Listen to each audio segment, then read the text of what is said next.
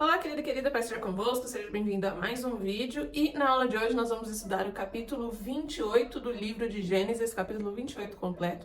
Então peço que você faça a leitura na sua casa e vamos para a exposição do texto. A parte mais importante do estudo desse texto está quando falamos da escada de Jacó, então eu inclusive vou deixar essa parte para expormos e estudarmos com afinco por último, mas o texto como um todo é muito importante e passa as informações agora do próximo patriarca, Jacó. Então a gente vê essa transição muito importante de agora em diante. Isaac, ele sai da história, nós só viremos falar novamente de Isaac quando ele morre, e agora Jacó passa a ser então o descendente que continua essa promessa da semente divina. O texto inicia com Isaac, após ter concedido a bênção a Jacó, que houve toda aquela trapaça, etc., diz a ele que vai tomar uma esposa lá da terra da parentela de sua mãe, de Padã-Arã ou de Arã. O texto vai se referir a esse mesmo local com esses dois nomes, mas o lugar é o mesmo. Então Isaac vai dizer para Jacó não se desposar de nenhuma mulher cananeia, em oposição ao que seu irmão Esaú fez,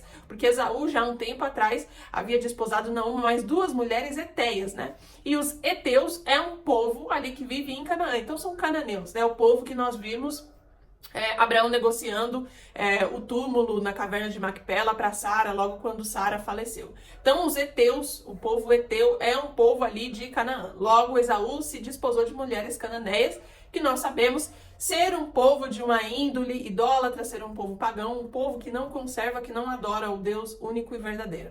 Então Isaac vai mandar, na verdade, que Jacó o faça, e em seguida ele vai passar a bênção, mas não essa bênção de bens, de patrimônio que ele já havia concedido no capítulo anterior, e sim essa bênção de fato, da bênção que Deus prometeu a Abraão quando o chamou lá em Ur dos Caldeus, essa bênção que havia sido transmitida, que vinha sido transmitida de patriarca a patriarca, foi transmitida a Isaac quando Abraão morreu, e agora Isaac faria o mesmo a Jacó. Então a gente vê aqui essa retransmissão dessa bênção, que é a bênção que Deus fez a Abraão, e nos remetemos a esse momento. Então, Isaac vai falar, Deus Todo-Poderoso, aqui o nome do Deus Todo-Poderoso é o Shaddai, é utilizado, te abençoe, faça fecundo, multipliques, te dê a bênção de Abraão, a tua descendência, ou seja, toda essa parte de ser tu uma bênção, abençoarei o que te abençoar, amaldiçoarei o que te abençoar, abençoarei o que te abençoar, amaldiçoarei o que te amaldiçoar, em ti serão benditas todas as nações, terás uma grande descendência, incontável como as areias do mar ou as estrelas do céu. É essa a bênção que Deus, quando chamou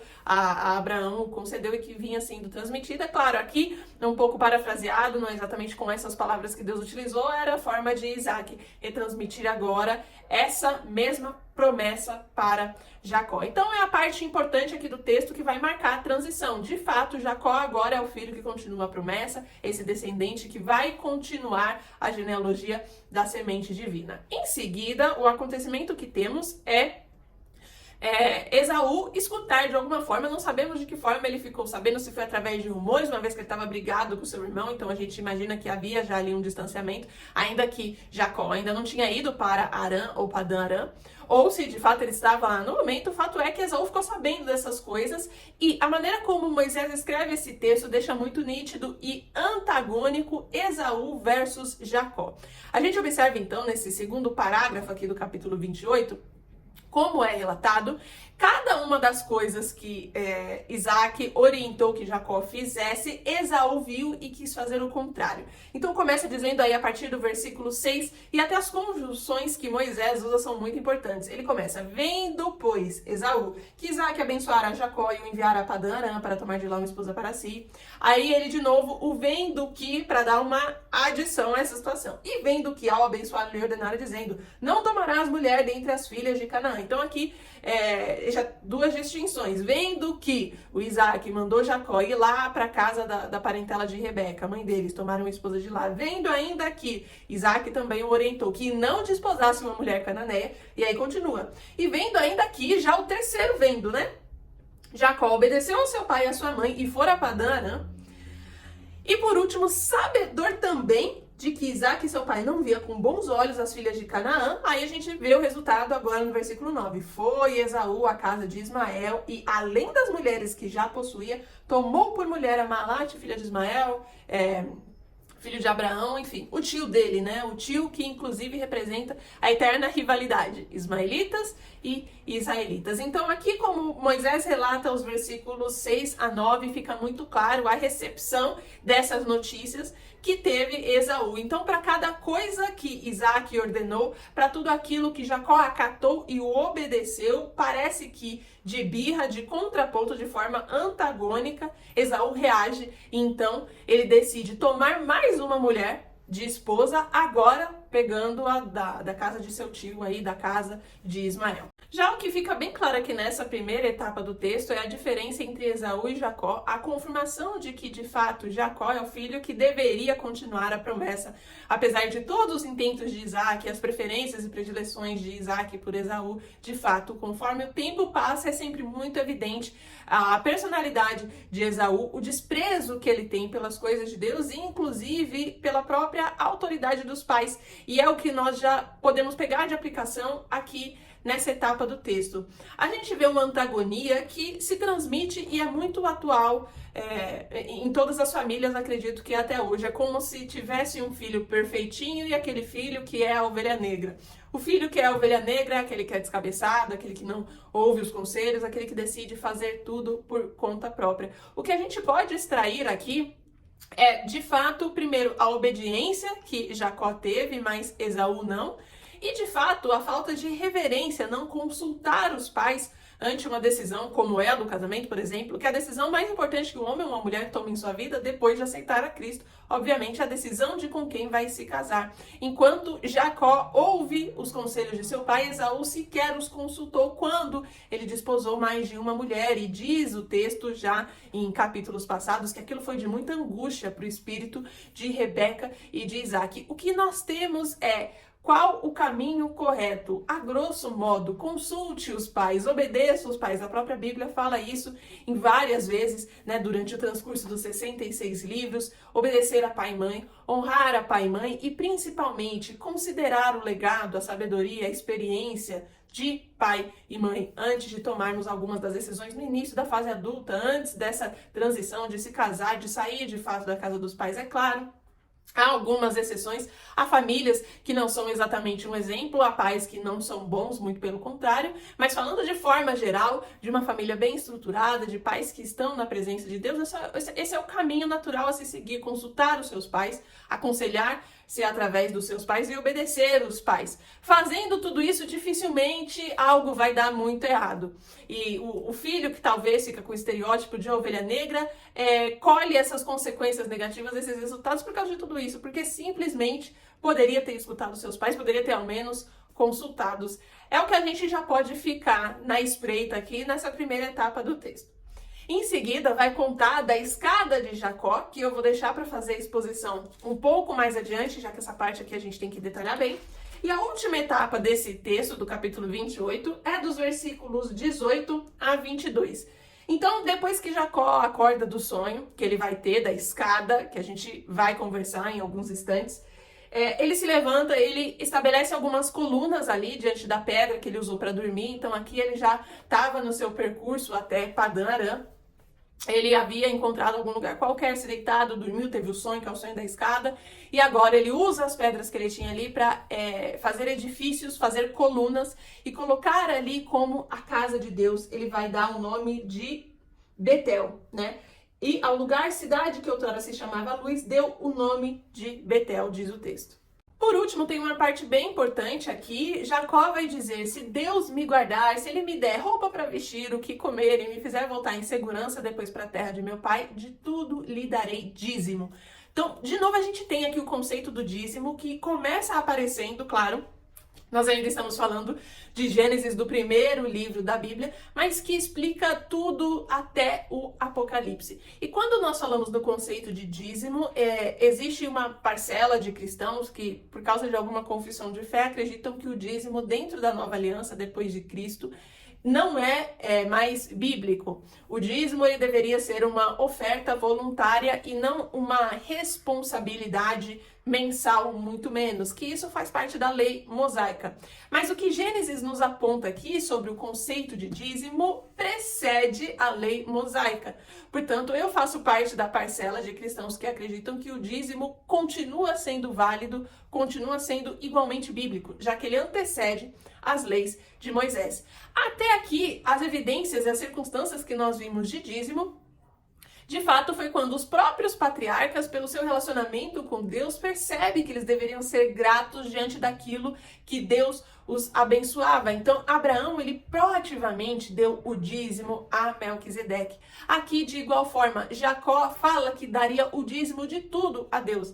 O interessante é que Jacó não coloca uma condição de superabundância, de abastança financeira, e apesar de que ele herdou tudo aquilo de Isaac, porque Isaac transferiu a bênção a ele, nós vemos que nessa empreitada, quando ele vai à terra de Harã, ou a Padã Arã, ele não vai com uma comitiva, ele não vai com camelos, ele não vai com servos, ele não vai com patrimônio, talvez até porque nesse tempo isso fosse dificultar. Como ele estava sob ameaça de morte de seu irmão Esaú, talvez levar tudo isso com ele fosse tardar demais a sua chegada em Padã Arã e poderia acontecer alguma coisa no meio desse caminho. Enfim, uma inferência que a gente faz aqui do texto. O fato é que aqui é como se ele tivesse a ver navios. De fato, ele não tinha nenhuma abastança, nenhuma segurança, nenhuma reserva, nem nada. E o que ele pede para Deus é simplesmente: me deu de comer, me deu de vestir, me torne em segurança a casa de meus pais, e em tudo lhe darei dízimo, nos mostrando não somente o conceito de gratidão, que é inerente já nesse relacionamento de todo filho de Deus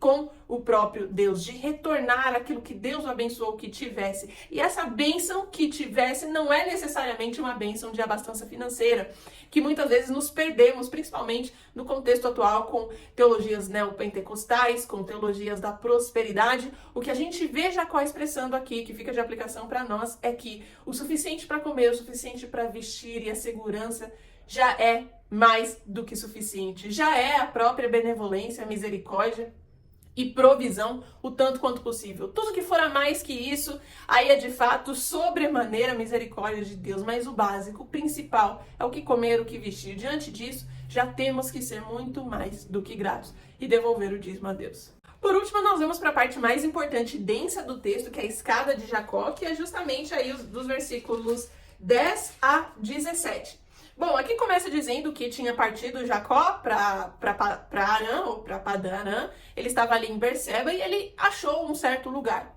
Pousou por ali, né? Já era sol posto, diz o texto, ou seja, crepúsculo, noite. Ele tomou uma pedra como travesseiro e dormiu. E ele teve um sonho. É nesse sonho que ele vê essa escada até os céus. E é um momento importante, então, inclusive, vou ler aqui os versículos e peço que você acompanhe. Então, a partir do versículo 12, capítulo 28. E sonhou, eis posta na terra uma escada cujo topo atingia os céus.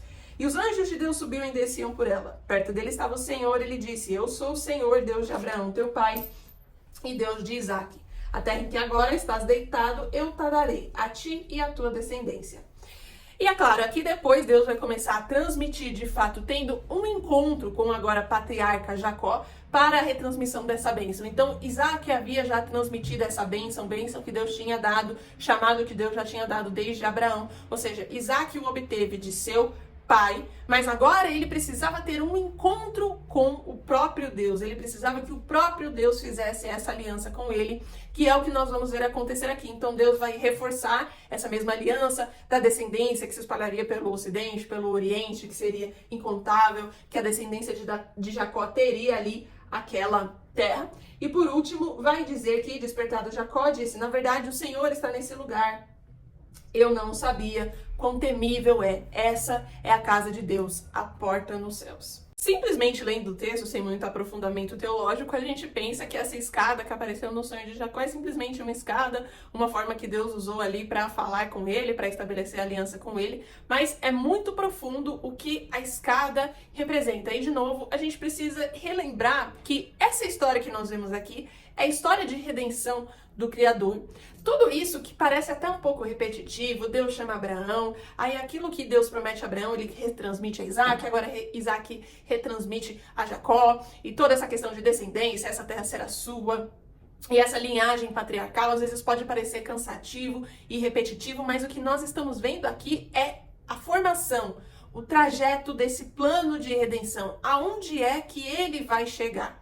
E a escada de Jacó, ela é inclusive muito utilizada secularmente fora do ambiente judaico-cristão. A própria ciência utiliza como uma representação de um formato dentro da física para fazer alguns testes de eletricidade.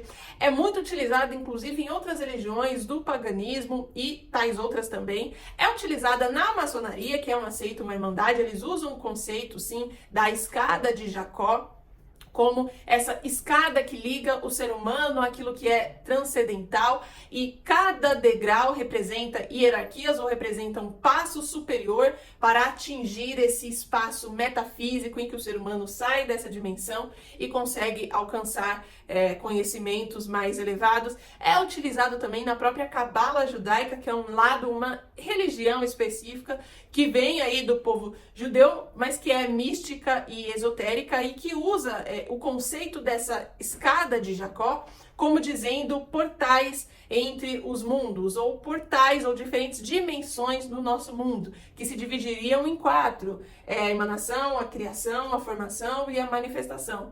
Enfim, nós vemos, sobremodo, a escada de Jacó sendo utilizada, que talvez nós não tínhamos a menor noção dessa contribuição. Mas o que importa aqui no texto e o que nós vamos extrair da escada de Jacó são 5 pontos muito importantes. Primeiro, a gente começa com a aplicação de que essa escada de Jacó é um contraste com a própria Torre de Babel, inclusive com o próprio Esaú. De que forma? Nessa visão da escada que Jacó tem, essa união que ele vê com Deus e que os anjos descem e sobem pela escada e que no topo ele vê Deus e vê uma porta para os céus, demonstra o encontro que Deus tem com aqueles que são realmente filhos, servem-no e adoram-no com sinceridade e com coração devoto. É diferente do ser humano que tenta, pelos seus próprios intentos e tecnologia, serem superior a Deus e negar o seu nome ou desobedecê-lo como intenção principal, que é o que nós vemos na Torre de Babel, onde os homens decidem, não vamos nos espalhar, como Deus havia dito, descobrem várias tecnologias para fazerem argamassa ou argila da época, construírem, fazerem e edificarem aquela torre e tornarem o próprio nome célebre, ou seja, uma negação completa. Não é só desobediência, mas o endeusamento do ser humano, colocar o ser humano no centro como Deus e a deidade que define o seu próprio destino. Então aqui nós vemos, enquanto o ser humano de baixo para cima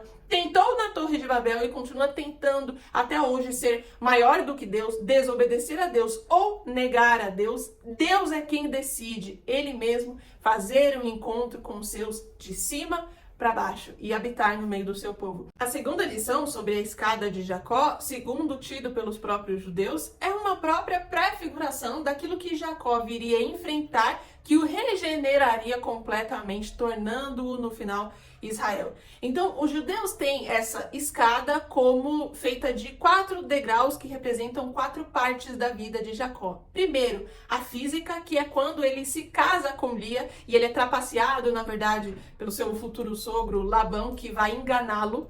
Depois, a parte emocional é quando ele se casa de fato com Raquel, que é a mulher que ele amava. Em terceiro lugar, a parte intelectual é quando ele consegue enriquecer também pelos seus próprios méritos e com seus próprios dons. E por último, a parte espiritual é quando ele luta com o anjo do Senhor. É aí que Deus de fato o regenera por completo e muda o seu nome para Israel. Ele deixa de ser Jacó, aquele que pega no calcanhar. É quando conclui-se essas 4 fases da vida de Jacó que ele se torna de fato Israel, que ele é um homem permanentemente mudado e que a gente vê o resultado disso lá na frente, quando ele se reencontra com seu irmão que então o odiava, e a história segue completamente diferente desde ali. O terceiro ponto sobre a escada de Jacó, e de longe é o mais importante, é o que significa de fato. A escada de Jacó significa a conexão, a ligação entre céus e terra. Aquilo que fora perdido por Adão e Eva lá no Éden, quando o próprio Deus, em comunhão com estes, se unia pelo crepúsculo da tarde. Uma vez que eles se renderam ao pecado, o véu se rompeu completamente e o homem mudou sua natureza. A natureza agora da terra também havia mudado e depois muda de novo quando Deus traz o dilúvio. Mas fato é que o homem foi completamente degenerado, por assim dizer. Ele foi completamente desglorificado daquele estado perfeito. Quando nós nos perguntamos sobre todo o mal que existe na terra, sobre todas as desavenças com a natureza, sobre o fato de termos que caçar animais, sobre doenças, sobre tudo aquilo de provação que existe, muitas vezes sob o viés até de uma injustiça, como uma criança pode ter câncer. E muitas vezes esses argumentos são utilizados por pessoas para afirmar de que não existe um Deus, porque se ele existisse, ele não permitiria isso, ou se ele existe, ele é mau. Na verdade, a resposta para tudo isso está de Gênesis 1 a 3. Deus nunca criou a terra para que vivêssemos dessa forma. De fato, nós somos autores e, portanto, 100% responsáveis dessas consequências enquanto Adão decidiu comer da árvore do mal, comer da árvore do conhecimento do bem e do mal, que Deus avisou para que não fosse comida. Agora, então, o homem precisa ligar-se novamente com Deus, ligar-se novamente com os céus, com o transcendente. É o que a escada representa. A escada é, então, esse portal. O que é que vai fazer agora o homem, a terra, ligar novamente no céu? E a gente precisa lembrar que todo o Antigo Testamento, toda a Torá, principalmente, ou o Pentateuco, é a pré-figuração. É contada a história de como viria o Cristo. Então, tudo tem um teor altamente messiânico. Então é óbvio, se você já tem um pouco de sensibilidade, você já pode perceber. A escada representa Jesus, o Messias, o Mashiach. É ele que precisa agora ligar de novo o ser humano, a obra criada, com o Criador. É só por causa dele que nós temos acesso a Deus Pai, que nós tiramos a ira deste e somos redimidos e podemos ter acesso de novo ao jardim de delícias inefáveis, aos céus, ao Éden. É Jesus essa escada, por isso por ele os anjos sobem e descem, porque eles estão sob o comando do Cordeiro de Deus, que também é o leão da tribo de Judá, que é a raiz de Davi. É isso que Gênesis está contando aqui, é isso que a escada representa, Cristo diretamente. E o que Deus está construindo aqui nesse plano de regeneração é justamente isso, é levar de Adão a Sete, de Sete até Noé, depois de Noé leva a 100, depois de 100 chega até Abraão, Isaac, Jacó, depois José, mais adiante Moisés, que é a primeira pré-figuração de Cristo, depois a Davi, depois José e depois, de fato, Jesus. E depois de Cristo existe a igreja, que é a nossa próxima aplicação, é a quarta aplicação, é da vontade de Deus habitar no meio do seu povo, é a conexão entre céus e terra.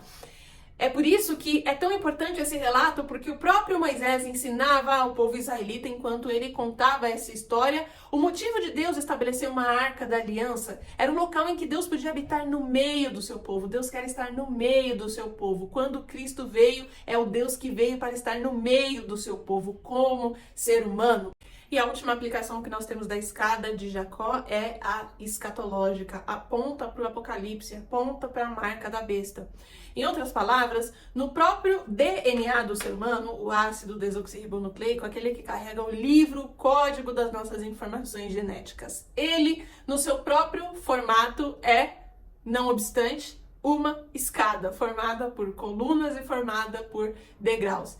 Dentro desse DNA há a sequência de Fibonacci, que é uma sequência encontrada como padrão em toda a criação, que remonta o próprio Deus, cujo significado traz dentro dos seus números as próprias siglas hebraicas do nome de Deus, do nome do Deus Senhor que nós vemos na Bíblia em letras maiúsculas, que é o nome do Deus Criador, o Deus Yahweh. É o que consta em nosso DNA, que está traduzido na sequência de Fibonacci, que está nessa escada do nosso ácido desoxirribonucleico. O que eu estou dizendo aqui é do intento do ser humano desde muito tempo alcançar a imortalidade. Aquilo que a serpente havia prometido a Eva no Éden, de que certamente ao comer daquela árvore ela não morreria. muito pelo contrário, exatamente a morte em espírito, a separação de Deus foi o que aconteceu, e essa é a pior morte. É a morte que, se o ser humano a consumir enquanto alma, enquanto vida aqui na Terra, resulta em separação total de Deus no pós-morte. É a morte que leva à perdição eterna. Essa mesma é a que o ser humano tem perseguido durante todo o transcurso da humanidade, e que, se a gente olhar sobre o viés de alguém cético, o viés de alguém ateu, o viés de alguém que de alguma forma não acredita nesse Deus, faz muito sentido, porque se não há nada após a morte, se não há realidades eternas, então eu preciso não só viver a minha vida aqui o melhor possível, mas também o maior tempo possível. Eu não quero logo morrer. Faz muito sentido alcançar esse objetivo, e é o que o ser humano tem tentado há tanto tempo. O fato é que, quando vier o momento do pecado, quando vier o anticristo, ele implantar a marca da besta, ela mudará o ser humano em sua biogênese. É o que a engenharia genética está evoluindo também há tanto tempo.